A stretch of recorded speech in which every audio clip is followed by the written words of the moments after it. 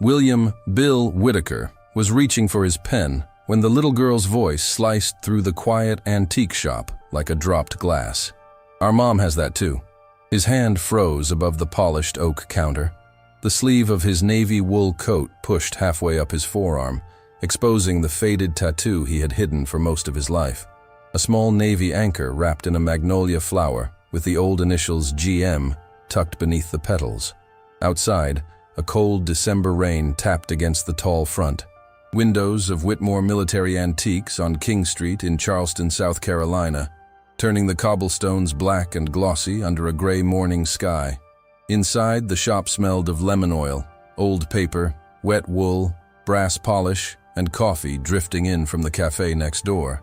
Glass cabinets held Purple Hearts, folded flags, Marine Corps dress swords, cracked leather flight jackets, and black and white photographs of young men who had gone to war with clean faces and come home with older eyes. Bill stood among those memories like he belonged to another century. Tall, broad-shouldered, clean-shaven, his silver hair combed neatly back, his boots polished, his expression disciplined and unreadable. But in that moment, as the child pointed at his arm, the wealthy security executive, the respected Navy veteran, the man who had built a $48 million company and a mansion overlooking the Cooper River, looked suddenly exposed, as if a stranger had opened a locked room inside his chest. The girl, no, older than 9, stepped closer with her yellow coat hanging too loosely from her small shoulders, her brown braids damp from the rain, her green eyes wide with innocent certainty. Behind her, 2 boys who looked almost exactly like her stiffened with suspicion and fear. One clutched a worn red backpack. The other placed himself half a step in front of his sister, jaw tight, trying to be brave. Their mother, pale and thin in a cheap gray cardigan, reached for the girl's hand and whispered, "Lily, don't bother the gentleman." But Lily didn't look away from the tattoo. She swallowed hard and said, softer this time, "Same flower, same little letters." Bill's blue eyes moved from the girl to the woman behind her, and something old, buried, and unfinished moved with them. Before this story goes any further, subscribe to the channel and tell us in the comments where you're watching from, because sometimes a story that begins in one small American town can touch someone sitting thousands of miles away. Bill lowered his arm slowly, but he did not cover the tattoo. For 42 years, that mark had been nothing more than a punishment he carried in silence. Now 3 children in second-hand coats were staring at it, like it was proof of something alive. The shop owner, Mr. Whitmore, cleared his throat behind the counter, his wrinkled hands still resting on the restored wooden frame Bill had come to collect. Inside the frame was the folded burial flag of Bill's father, a World War II machinist's mate who had taught him that a man's word mattered more than his wallet. The frame was beautiful. Dark walnut, beveled glass, brass corners, a small engraved plaque reading, "Thomas Whitaker, U.S. Navy, 1924-1998. Bill had planned to pick it up, pay the remaining $340, and drive home before lunch, where his housekeeper would have left soup warming in a kitchen large enough for a family that never gathered there. It was supposed to be an ordinary errand in a quiet, respectable morning. Instead, the room had tightened around him. A retired colonel browsing medals near the back glanced over his reading glasses. A woman in a pearl necklace paused beside a display of antique postcards. Even the old ceiling fan seemed to slow as the children kept looking from Bill's tattoo to their mother's face. Emily Parker stood near the front display case with a small metal box pressed against her stomach, as if it contained the last piece of dignity she owned. She was in her early 30s, but exhaustion had carved shadows beneath her green eyes. Her brown hair was pulled into a low, practical bun that had begun to loosen from the damp air, and her black diner shoes were clean but cracked at the sides. The box in her hands was dented, floral, and old, tied with a fraying blue ribbon. Bill noticed the way she held it, not like merchandise, but like an apology. She had come there to sell something personal, something inherited, something she probably did not want to lose. Her lips trembled, but her voice stayed polite when she said, "I'm sorry, sir. My daughter notices things. We didn't mean anything by it." Bill should have nodded, signed the receipt, taken the flag, and left. That was what he did with discomfort. He moved past it. He paid people. He gave orders. He controlled exits, schedules, contracts, and conversations. But the name Grace Miller rose in his mind with such force that he nearly gripped the counter to steady himself. Grace, at 19, laughing, barefoot on a dock in Virginia. Grace wearing his navy jacket over a summer dress. Grace touching the fresh tattoo on his arm and saying, "A magnolia for where I'm from, an anchor for where you're going, and my initials so you remember where to come back." He had remembered. God help him. He had remembered every day. And yet, she had vanished from his life as completely as if the ocean had swallowed her. The oldest-looking boy, though all three were clearly the same age, narrowed his eyes at Bill and said, "Are you mad at her?" His voice had the guarded edge of a child who had learned that adults could turn dangerous without warning. Bill looked down at him and saw the protective stance, the small fists, the wet cuffs of his jeans, and felt a sharp, shameful ache. "No," Bill said, his voice rougher than he expected. "No, son, I'm not mad." The word son left his mouth before he could stop it, and the boy's face changed, not softened exactly, but unsettled. Emily pulled the children closer. "Noah," she whispered, "that's enough." The second boy, Caleb, adjusted his crooked glasses and stared at the tattoo with a frightened curiosity. "Mom's is on her shoulder," he murmured. "Grandma said it was from before." Emily's eyes flashed with pain. "Caleb." Bill heard it then, the tremor beneath her control. Not guilt, not manipulation. Fear. She was afraid of being judged, afraid of being seen, afraid that even this tiny accident would cost her something. Bill's gaze dropped to the metal box in her arms. "You came to sell that," he said quietly. Emily looked embarrassed, as if poverty were a stain visible under fluorescent light. "Just to ask what it's worth." Mr. Whitmore shifted uncomfortably. Mrs. Parker brought in some family items. Letters, a locket, a Navy photograph, maybe some wartime correspondence. I hadn't evaluated it yet. Bill's pulse changed at the word letters. The air in the shop felt warmer, heavier. "Parker," he repeated. "Your last name is Parker?" Emily nodded once. "My married name. I'm divorced." The explanation came quickly, defensively, like she was used to people making assumptions. Lily tugged at her sleeve. "Mama, show him the picture." Emily's hand tightened over the box. "No." The answer was immediate, too sharp, and the children fell silent. Rainwater slid down the shop window in crooked lines, blurring the American flag hanging outside. Bill saw his own reflection in the glass behind Emily. Expensive coat, straight posture, controlled face, the image of a man who had everything. Then he saw the three children reflected below him, small and damp and hungry-looking, and the woman between them, holding an old box as if choosing which part of her family history to sacrifice for groceries, rent, or medicine. For the first time in years, Bill felt his wealth not as strength, but as distance. A man near the metals case muttered, not quietly enough, "People will say anything when they need money." Emily's face flushed deep, red. Noah turned toward the man, furious, but Bill's voice stopped him. "Careful." It was not loud. It did not need to be. The room recognized command in it. The retired colonel looked away first. Mr. Whitmore went still.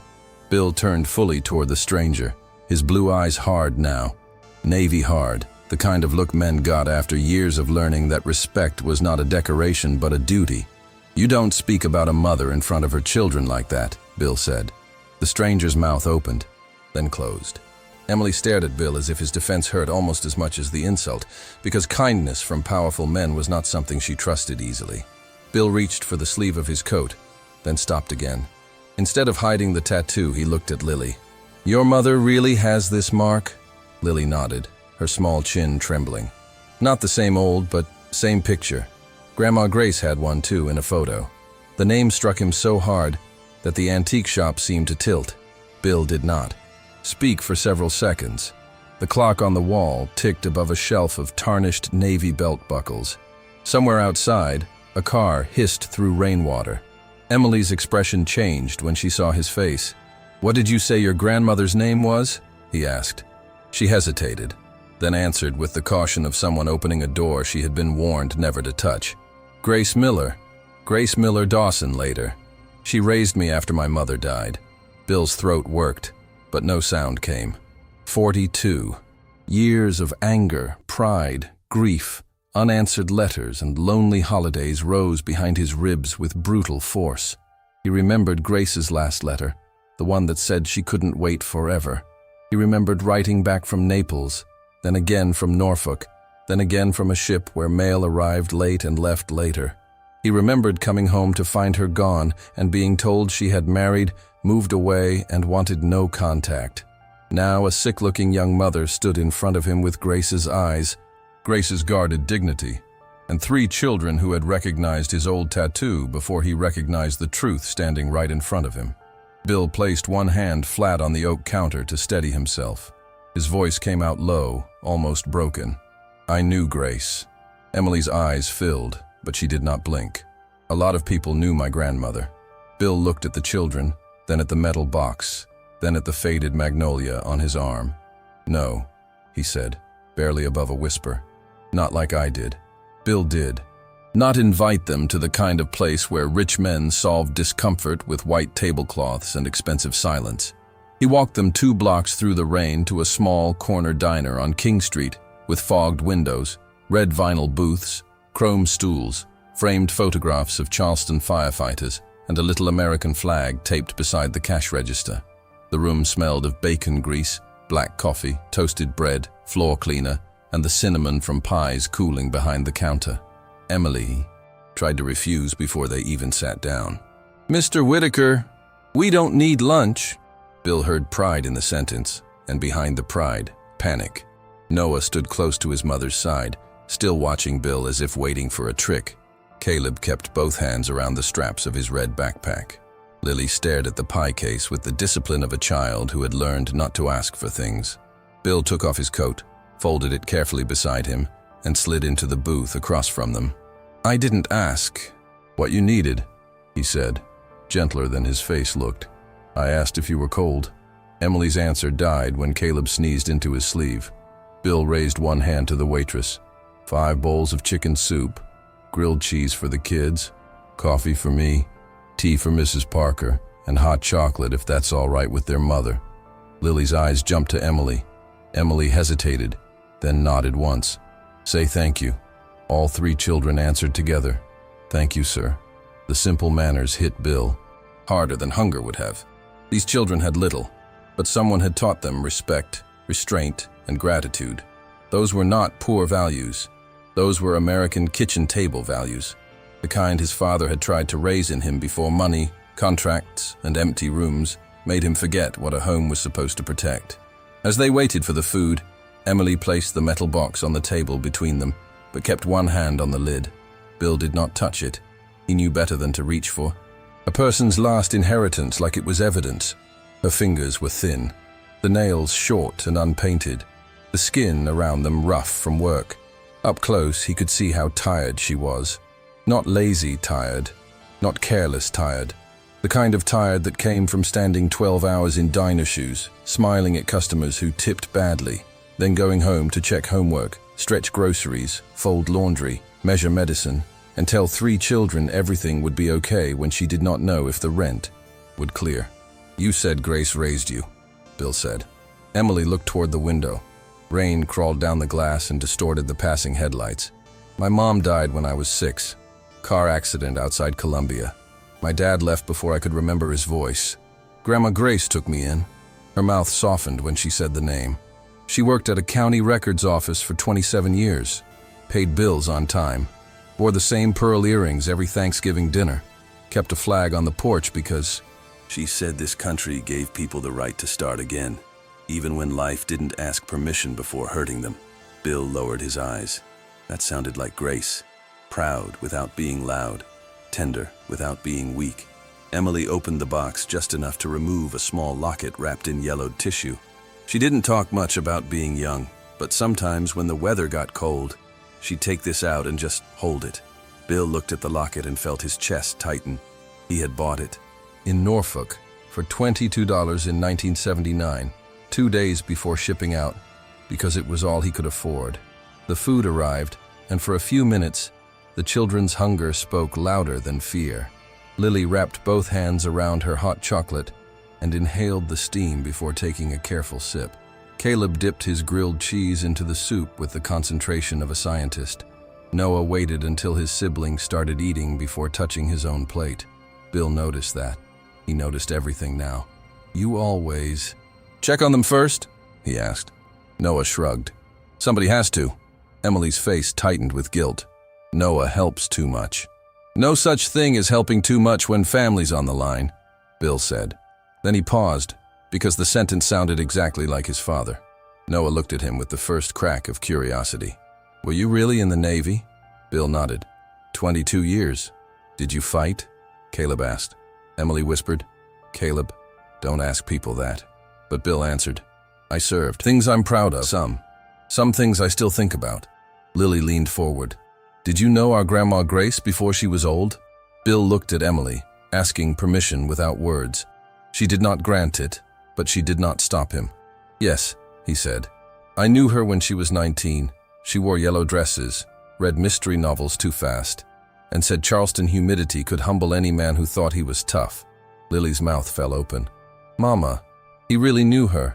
Emily's eyes shone, but she kept her voice guarded. "Lots of stories get prettier after 40 years. Bill accepted the hit. "Some get uglier too."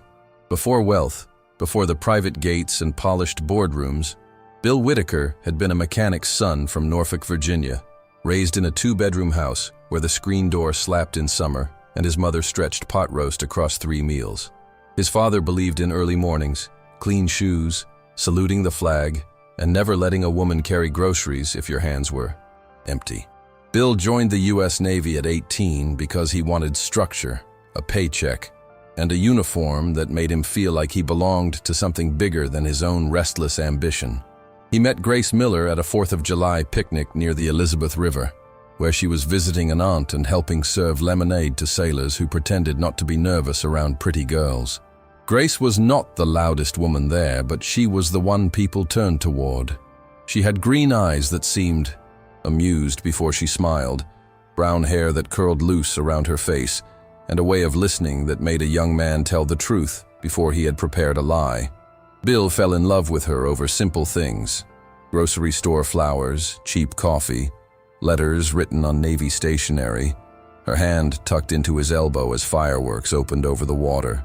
They talked about a white house with a porch, children who would say "sir" and "ma'am" without fear, Sunday dinners with too much food, and a life built not on glamour, but on loyalty.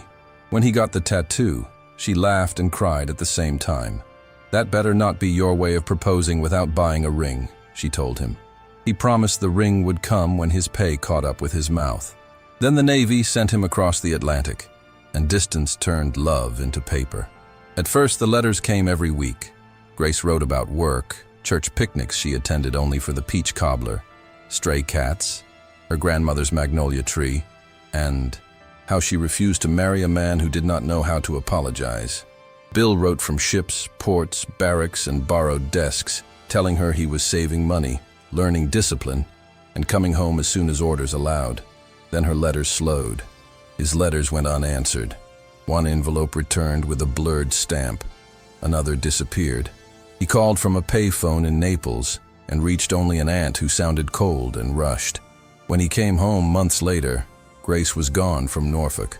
Her aunt told him she had chosen another life, that she did not want sailors, waiting, or promises that smelled like diesel and salt water. Bill was 25, proud, wounded, and too young to understand how easily older people could bury the truth beneath respectable sentences. He did not go after her. That failure became the hinge of his life. He told himself a man did not beg. He told himself service required forward motion. He told himself pain could be converted into rank, money, property, and control. By 40, he owned a security firm. By 50, he had federal contracts. By 67, he had everything he once thought would prove he had survived. But survival, he learned in that diner, could look a lot like a beautifully furnished house where no child had ever left fingerprints on the windows. Emily listened without interrupting, but her hand never left the box. When Bill finished, She removed a folded photograph and pushed it halfway across the table. "That's my grandmother at 23, she said. The photograph was creased, its corners soft, but Grace's face was unmistakable. She stood beside a magnolia tree wearing a pale blouse and a guarded smile, one hand resting near her shoulder where, beneath the fabric, the same symbol must have been hidden. Beside the photograph was a younger Emily at about 10 years old, gap-toothed and beaming, with Grace's arms around her. Bill's fingers trembled, but he did not pick it up until Emily nodded.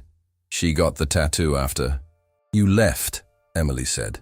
"She told me it was foolish, but she never had it removed." Bill stared at the image until the diner sounds blurred. "She thought I abandoned her." "I don't know what she thought," Emily answered. "She kept your name in a locked drawer and never said it with hate. That's all I know." Noah looked between them. "Are we related to him?" Emily's shoulders stiffened. Bill looked at the boy and refused the easy answer. "I don't know yet." Noah's jaw tightened. "Then don't act like you do." It was blunt, almost rude, but Bill respected it.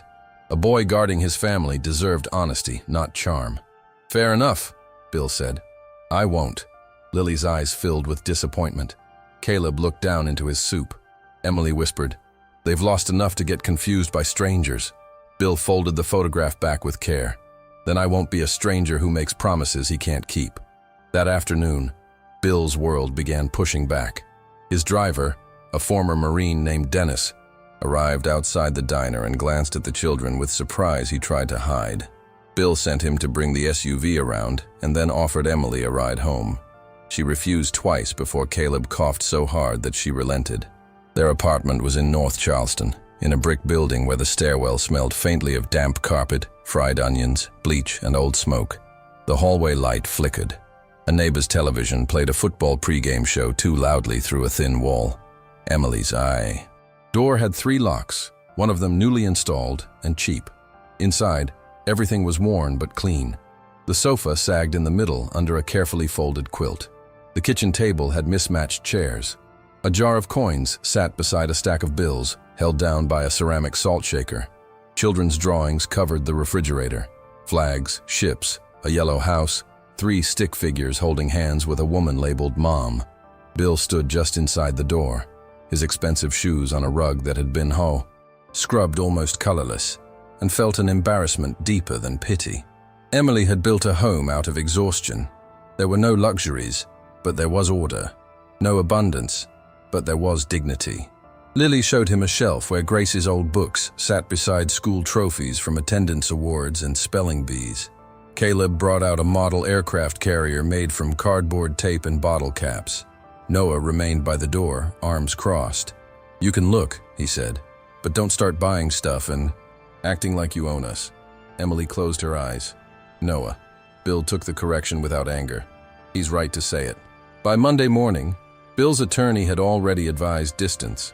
His name was Richard Hayes, a careful man in a charcoal suit who had protected Bill's company through lawsuits, acquisitions, employee disputes, and government audits. He sat across from Bill in the glass conference room at Whitaker Sentinel Group headquarters, where the walls displayed framed commendations, American flags, photographs with senators and security awards from airports and military installations. Beyond the windows, Charleston Harbor glittered under a pale winter sun. Richard placed a folder on the table. "Bill, I'm not saying the woman is lying. I'm saying vulnerable people can still become legally complicated. You're worth too much to move emotionally." Bill looked at him over a cup of untouched coffee. "That sentence is exactly what's wrong with me." Richard sighed. "You met them 48 hours ago. I met Grace 48 years ago." His sister Margaret was less diplomatic when she called later from Raleigh. "You are lonely, and lonely men get targeted. 3 children compliment an old tattoo, and suddenly you're opening the vault." Bill stood in his office, looking at a framed photo of his father's flag. "They didn't compliment anything. You know what I mean?" "No," Bill said. "I know what you're afraid of." Margaret's voice softened. "I'm afraid you'll let guilt dress itself up as family." That one landed because it might have been true. After the call, Bill sat alone in the conference room long after everyone left, staring at the polished table where 12 executives usually argued over contracts worth millions. For the first time, Those numbers felt weightless. Somewhere across town, Emily was probably calculating whether to buy medicine or pay the electric bill. Somewhere in a school cafeteria, Noah was probably pretending not to be hungry, until his siblings finished first. Emily's external battles were not dramatic because they were rare. They were brutal because they were ordinary. She worked early shifts at a diner near the interstate, then cleaned offices 3 nights a week when her anemia did not leave her dizzy. Her divorce had left her with debt, not support. The children's father sent money when he felt guilty and disappeared when responsibility asked for consistency.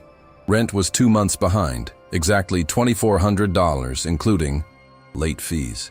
The medical bills from Emily's emergency room visits and specialist appointments had reached $18,700, a number she kept folded inside a drawer as if hiding it could shrink it. Her manager at the diner, a square-jawed man named Vince, had begun cutting her hours because she had missed 2 shifts for appointments. "I need reliable people," he told her while she refilled ketchup bottles. Emily nodded because arguing could cost more than swallowing humiliation. At school, the triplets had learned to manage shame in different ways. Noah fought it with anger. Caleb disappeared into books and numbers. Lily smiled too brightly, complimenting other girls' new coats while tugging her own sleeves over a frayed cuff. When Bill sent a discreet grocery delivery, Emily called him within 5 minutes, furious and humiliated. "You don't get to put food on my porch like I'm a charity case." Bill sat in his kitchen, surrounded by marble counters, copper pans, and silence. "I apologize," he said. "I thought it would help." "Help asks first." He closed his eyes. "You're right." The apology surprised her enough that she went quiet. "I'll ask next time," he said. "There may not be a next time," she answered. But she did not hang up for several seconds, and Bill understood that trust sometimes entered a room by refusing to sit down. The first real bridge between them was not money, it was paper. Bill hired a private genealogist, but only after Emily signed written permission, and only under the condition that she receive every result at the same time he did. He also asked Mr. Whitmore to evaluate Grace's box properly and paid the shop owner for his time without taking a single item. In the box were photographs, hospital records, a county employee badge, grocery lists, a few newspaper clippings, and a packet of letters tied with faded blue ribbon. Some were from Bill. Some were addressed to Bill, but had never been mailed. Emily sat with him in a public library study room the day they opened them because she refused his office and he refused to make her feel cornered. The room smelled of dust, printer toner, and old carpet. Rain tapped lightly against the high windows. Lily had drawn pictures at a nearby table, while Noah and Caleb worked on homework. Emily unfolded one letter with slow fingers. It was Grace's handwriting, younger and more rounded than Bill remembered from the few letters he had kept. "Dear Bill," Emily read, then stopped. Bill saw tears form before she could hide them. She passed it to him. In the letter, Grace wrote that her aunt had told her he was engaged to someone else overseas, that his silence had broken something in her, but not erased what they had promised. She wrote that she would not chase a man who had chosen another life, but she hoped he would become the honorable man she had believed he was. Bill pressed the heel of his hand against his mouth. The lie was so old that no one could punish it now. Grace's aunt was dead. The years were gone. The children at the next table were alive. That was where the pain had to go. As the weeks passed, Bill began showing up in ways that could not be mistaken for performance. He attended Caleb's school science night and stood in the back wearing a simple navy jacket instead of a tailored suit. He let Lily explain her drawing of the USS Yorktown without correcting her when she called it a giant brave boat.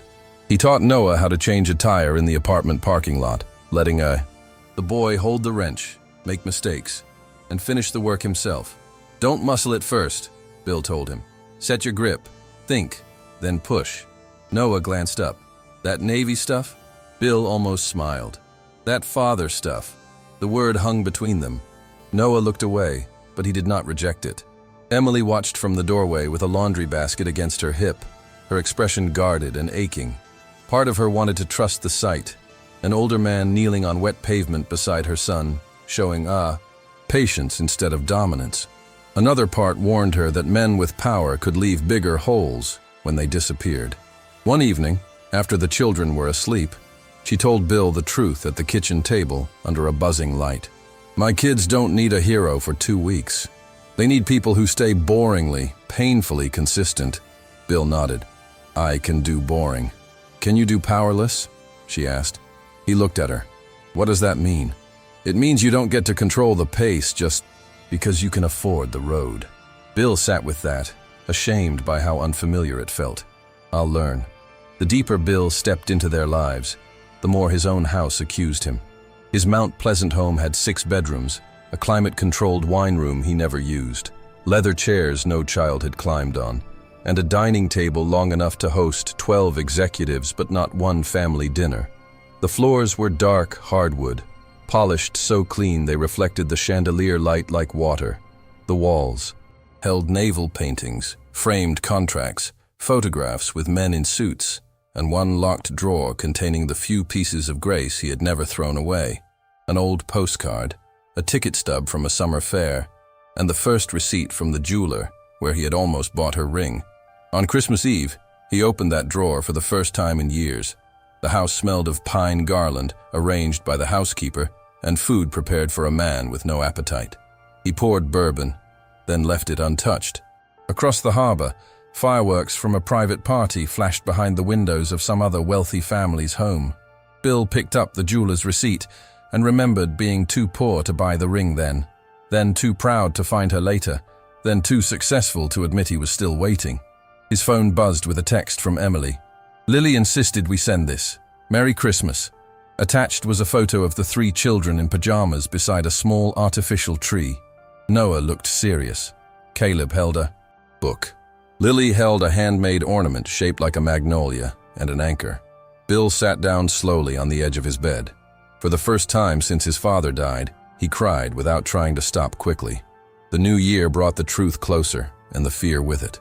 DNA testing confirmed that Emily was Grace Miller's biological granddaughter through Grace's only daughter, who had died young, but the records did not make Bill a blood relative. He was not their grandfather by law or biology. Revelation hurt more than he expected, because a secret part of him had wanted fate to make the decision for him. Emily saw it on his face when they met at the attorney's office to review the results.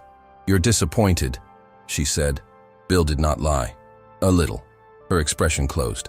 "Because we're not yours. Because I was hoping a piece of paper would give me permission to love people I'm already afraid to lose." That stopped her. Richard looked down at his notes to give them privacy. Emily's eyes softened, but only slightly. "Love isn't permission, it's behavior." Bill nodded. "Then let me behave correctly." The obstacles did not vanish. Margaret still warned him about inheritance complications. Richard recommended formal boundaries. Emily feared dependence. Noah feared abandonment. Caleb feared hospitals after seeing his mother faint in the bathroom one night. Lily feared that adults who talked in low voices were preparing bad news. Bill feared that every step he took toward them was selfish, an attempt to repair his own past using living children. So he did the hardest thing for a powerful man. He slowed down. He helped Emily apply for medical assistance and better employment without putting his name on every form. He paid for a financial counselor anonymously through a community program rather than dropping checks into her lap. He asked before visiting. He accepted no. He learned that dignity was not something you rescued from someone. It was something you made room for. By late February, Emily's health had become impossible to minimize. She collapsed during a breakfast shift after carrying 3 plates to a table of truckers, and Vince complained more about the broken dishes than the woman shaking on the floor. Bill arrived at the clinic 40 minutes later, not because Emily had called him, but because Noah had used the emergency contact card Bill had quietly given him with Emily's reluctant approval. The clinic waiting room was crowded, overheated, and smelled of hand sanitizer, vending machine coffee, and damp coats. Emily sat in a plastic chair with a hospital bracelet around her wrist, furious from embarrassment. "You shouldn't be here," she said. Bill took the chair beside her. "Noah called. He shouldn't have. He did what a man does when his family is in trouble." Her eyes filled instantly, and she turned away. The doctor explained anemia, stress, untreated issues, and the need for follow-up care she had delayed, because The co-pays were too high. Bill listened, jaw tight, but he did not interrupt and did not reach for his checkbook like a weapon. In the hallway, Noah cornered him. "Can you fix it?" The boy's voice cracked on the last word. Bill wanted to say yes. He wanted to buy certainty, purchase health, command life to obey. Instead, he crouched so they were eye to eye. "I can help. I can't promise what I don't control." Noah stared at him, breathing hard. "Then what good are you?" Bill absorbed the blow, because fear had thrown it.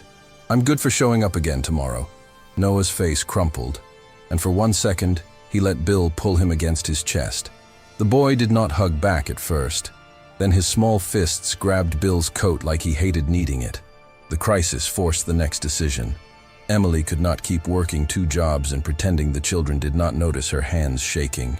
Bill offered her a position with his Veterans Family Support Foundation, not as a favor hidden behind charity, but as real work with a salary of $62,000 a year, health insurance, regular hours, and responsibilities she was qualified to handle. Coordinating aid requests, organizing documents, speaking to families who distrusted systems because she understood that distrust herself. Emily read the offer at her kitchen table while the children pretended not to listen from the hallway. "People will say you gave this to me because of grace," she said. "People say things when they want to avoid doing anything useful," Bill replied. She looked at the salary again, overwhelmed. "I don't have a degree. You kept 3 children fed, clothed, respectful, and hopeful while sick and broke. I can teach software. I can't teach character." Emily pressed her fingers to her eyes. Lily ran in first, unable to wait. "Mama, does that mean you won't be tired every night?" Emily opened her arms, and all 3 children folded into her. Bill stood near the refrigerator, outside the circle, until Caleb reached, one hand back without looking.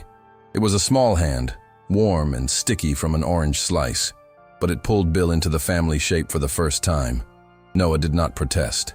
Emily looked up at Bill over the children's heads, and her expression held gratitude, fear, grief, and the beginning of trust.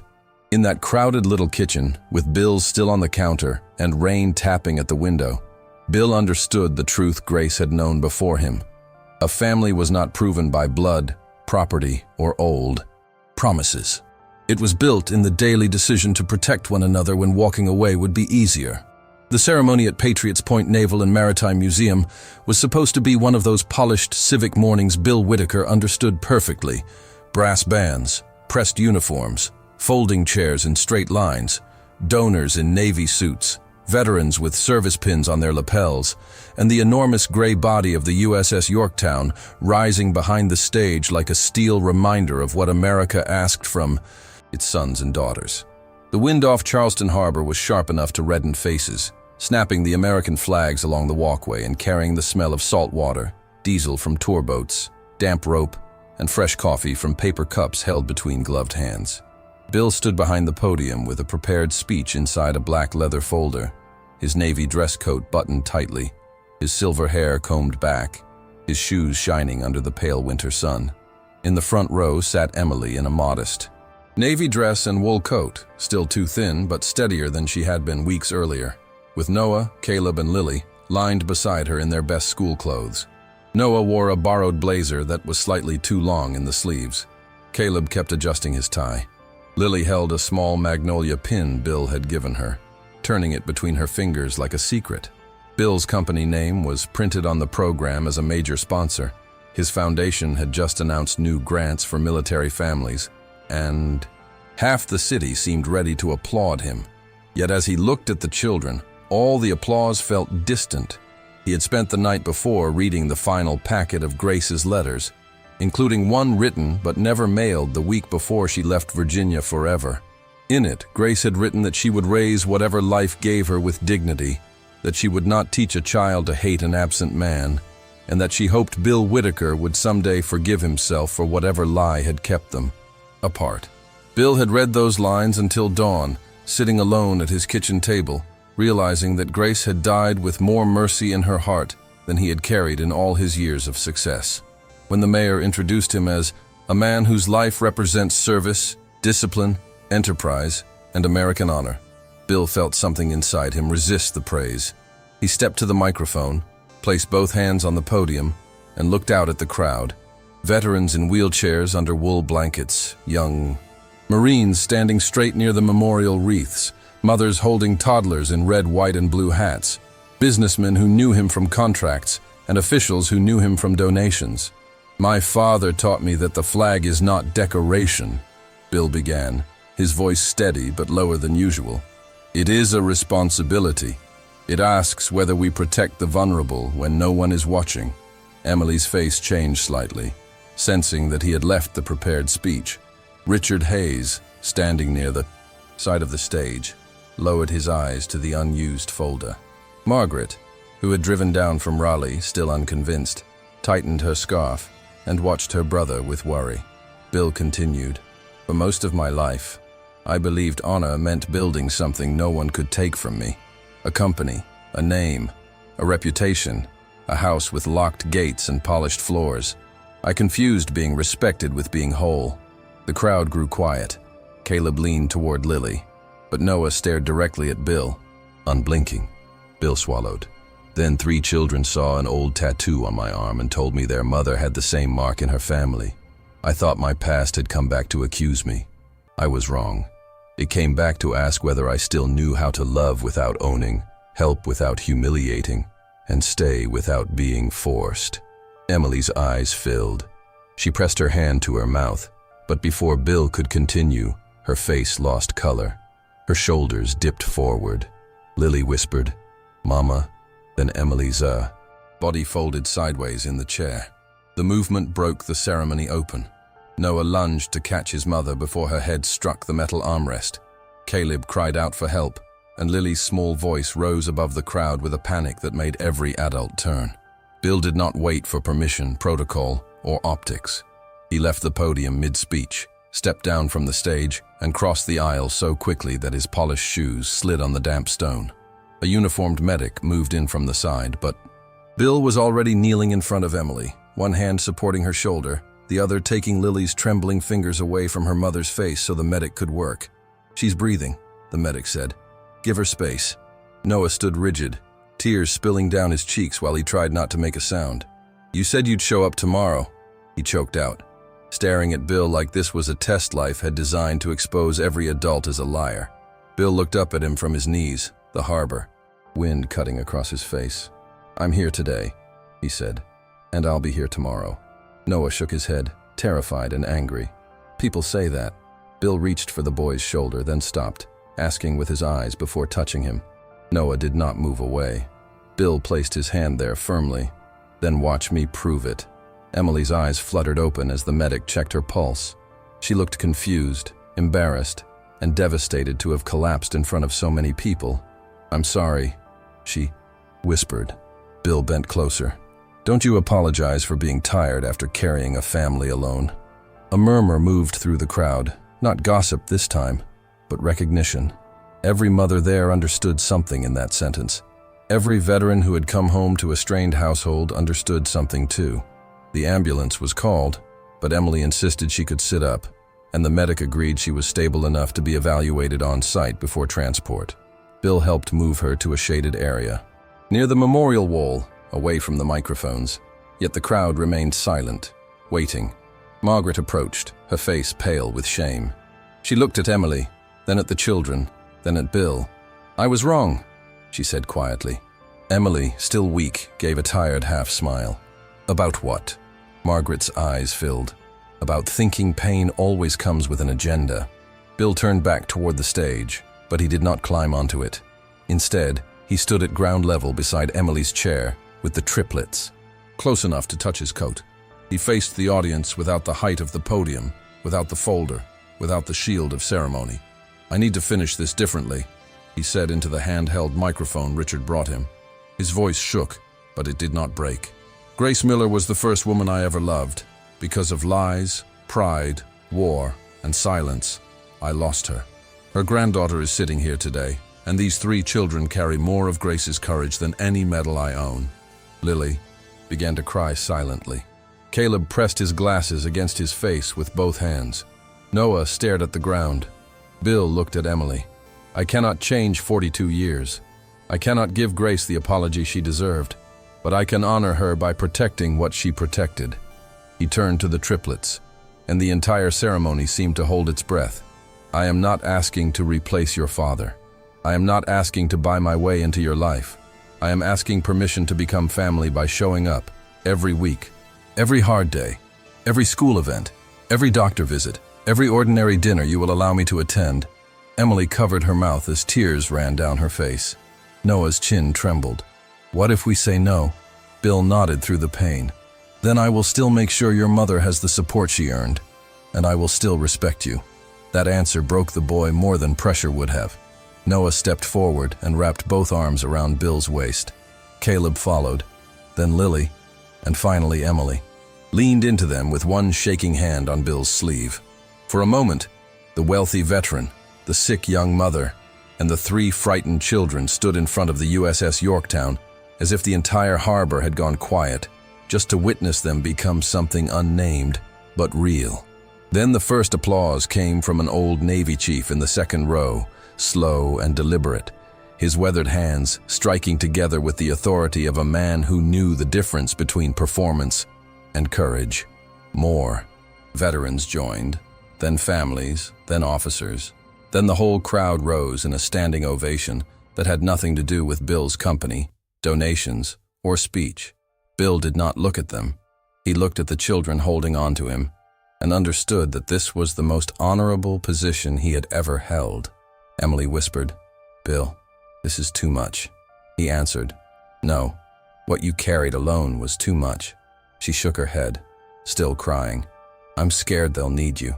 Bill looked at Noah, Caleb, and Lily.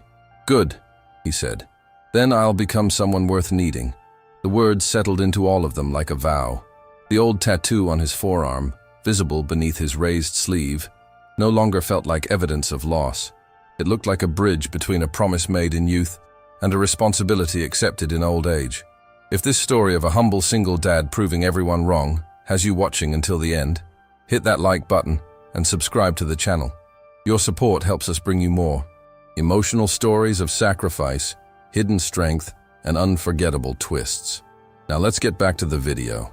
3 days after the ceremony, Emily signed the employment papers at Whitaker Sentinel Family Foundation with both hands trembling, not because she felt bought, but because for the first time in years, the future had a calendar instead of a threat. Her new office was small but bright, with a real desk, a second-hand leather chair Bill insisted was more comfortable than pretty, a framed American flag on the wall, and a window overlooking a courtyard where veterans and their families came for counseling, paperwork help, and emergency grants. Bill did not announce her arrival with speeches or cameras. He introduced her simply as Mrs. Parker, our new family support coordinator, and watched as she shook hands with a Marine widow, a disabled Army mechanic, and a young mother trying to understand insurance forms while holding a baby against her shoulder. Emily understood their embarrassment before they explained it. She knew the heat in the face, the fear of being judged, the humiliation of asking for help in a country that taught people to stand tall, even when their knees were failing. By the end of her first week, she had reorganized the intake forms, called 3 families back personally, and convinced one proud veteran to accept grocery assistance by saying, "Sir, this isn't charity. This is your country keeping its promise." Bill heard those words from the hallway and stopped walking. Grace would have said something like that. Not the same words, maybe, but the same spine. That evening, he drove Emily home instead of sending Dennis, and when they reached the apartment, Noah opened the door before they knocked. "Caleb finished his science project," he said, trying not to sound excited. Lily peeked around him and added, "And Mama didn't look tired today." Emily laughed, then cried before she could stop herself, and Bill stood on the worn hallway rug, holding a paper bag of takeout chicken, understanding that some victories did not look like medals. Some looked like a mother coming home with enough strength left to smile at her children. Within 6 months, concrete changes replaced fear, one by one. Emily's medical treatment stabilized her health. Her debt was negotiated legally through the foundation's partner clinic and a non-profit credit counselor, and the $18,700 that once felt like a prison became a payment plan so small she could breathe. again. Bill created education accounts for Noah, Caleb, and Lily, but he did it with Emily listed as the primary guardian and decision-maker because he had learned that love without respect could become another form of control. On Saturdays, the children visited his old house in Mount Pleasant, and the silent rooms began to lose their museum feeling. Noah left muddy sneakers by the back door after helping Bill repair a broken fence. Caleb filled the library table with notebooks, circuit kits, and carefully labeled drawings of Navy ships. Lily claimed the window seat in the sunroom and placed a small vase of magnolias there every week, even when she had to use silk flowers from a craft store. The dining room table that once looked like polished evidence of Bill's loneliness became loud with plates, homework, board games, spilled lemonade, and arguments over who got the last biscuit. Margaret came down for Sunday dinner one afternoon carrying a pecan pie and an apology she had rehearsed for 2 hours. Noah did not forgive her immediately, which Bill respected. Lily did, because Lily had a heart that ran ahead of caution. Caleb asked Margaret if she knew fractions, and by dessert, she was helping him divide the pie into eighths while crying quietly into her napkin. Bill watched them from the head of the table, his father's folded flag now hanging on the wall behind him, and for the first time the symbol did not feel like a memory of duty. It felt like a witness to a home finally learning how to serve something more important than success. A year later, the foundation opened the Grace Miller Family Promise House in North Charleston, a renovated brick building with white trim, wide windows, a childcare room, legal aid offices, counseling space, and a kitchen that smelled every morning of coffee, toast, and cinnamon oatmeal. The opening ceremony was modest, but full. Veterans in caps, single mothers in work uniforms, children holding small flags, local police, officers, firefighters, nurses, teachers, and neighbors who had once passed families in crisis without knowing their names. Emily stood at the microphone wearing a navy dress and a magnolia pin, healthier, steadier, no longer hiding behind apology. "My grandmother believed family was something you protected even when it cost you pride," she said. "This house is for people who are tired of being strong alone." Bill stood beside the triplets near the front steps, not as the main attraction, but as one of the people who had helped make the door open. Noah, now taller and less guarded, held the ribbon while Lily handed Emily the ceremonial scissors. Caleb read the plaque aloud slowly, making sure every word was clear. "In honor of Grace Miller," and every promise kept late, but kept with love. When the ribbon fell, the crowd applauded, and Bill looked down at his old tattoo. The ink was faded, the edges blurred by time, but he no longer saw it as a wound.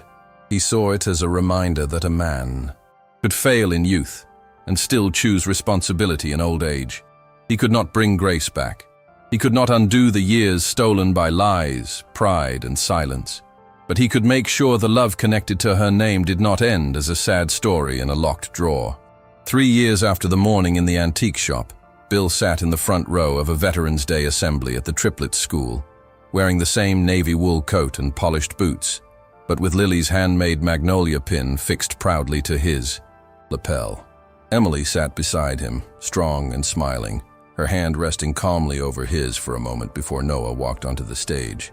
Noah spoke about honor not as something loud, but as something consistent. Caleb played taps on the trumpet with shaking hands and a brave chin.